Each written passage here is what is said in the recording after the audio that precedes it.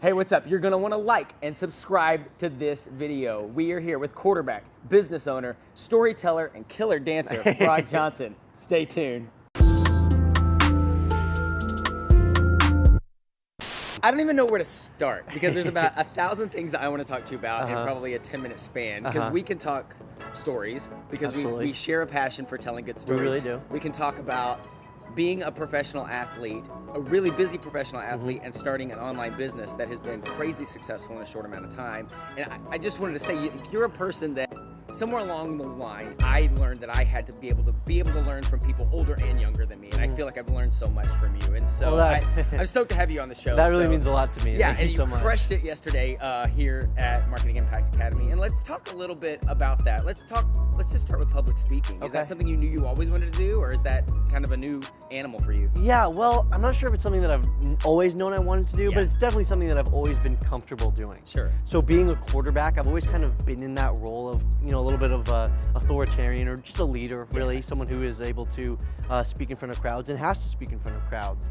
And then having the mom that I do, I've been kind of around this like backstage environment. Right. And I remember walking in like fashion shows for her when I was younger, like modeling some kids' clothing, and then like doing like on-stage dance-offs with some of her friends. And so I have always kind of enjoyed that, but never really had the fear of public speaking, but also never really much of an interest for it until I started to realize how many people I could serve and how I could really share my message much more broadly from a stage. Well, and as a quarterback, you're used to performing in front of an audience. Yeah, a little different in a helmet, but it's the same talking thing, to people as well. So what is it about stories? I know you and I really connect with there. Yeah, I think honestly, I could talk about like Snapchat and how those stories really got me into it, but really storytelling became something I was passionate about from stand-up comedy. Well, that's and good. I don't think I've ever really told that before, shared that before, but it was really Netflix stand-up comedy. I was watching those and realizing it wasn't joke telling as much as it was storytelling. Yeah. It was a lot of storytelling, and so a lot of my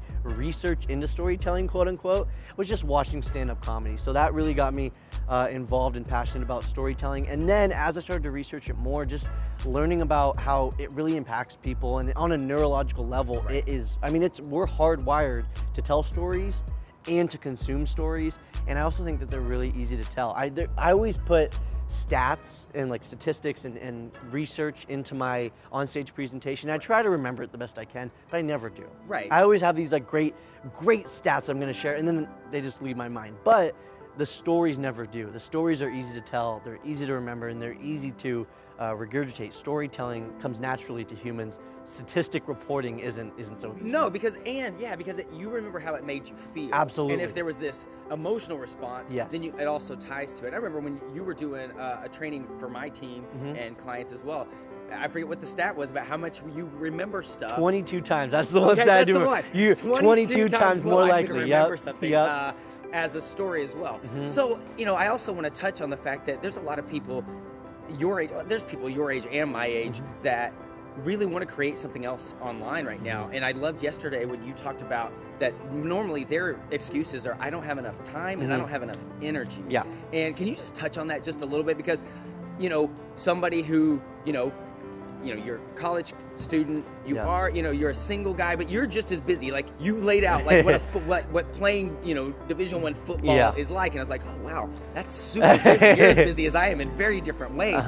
But you were able to create this on your own. So for the people that are watching this that maybe say, hey Brock, I'm busy, I don't even know where to start. Like, can you just touch a little bit on what you talked about yesterday as well?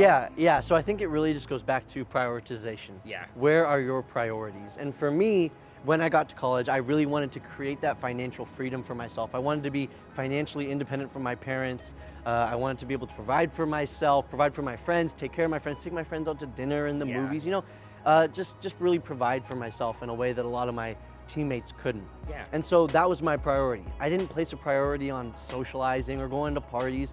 I had to cut out some of the things that are fun, some of the things that might make up the normal college experience. Because I had these goals. And then also along the lines, I had to find balance too. So I couldn't be all football and all business and then no free time. So I think it has a lot to do with balance and a lot to do with priorities, but I knew it was important to me. And I had those goals of financial independence and starting a business. And so it really just came down to making sure my time was aligned with my priorities. Well, and I don't think a lot of people realize when you talk about sacrificing things, what I try to stress to them is this is just for a season. Yes, It's yes. not forever. It's not like you're never going to have this social life. You're Exactly. never going to go to parties. You're literally sacrificing this now Yes. to earn it back later Yes. and earn it back better. Yes. Because now when that comes back and you get that social life, because you have this business that kind of runs in the background that you took all this time to set up, Yep. then you can enjoy that social Yeah. time or treating your friends or whatever because you have the funds to do Absolutely. it. So it's Yeah. just in a quick season. So Yeah.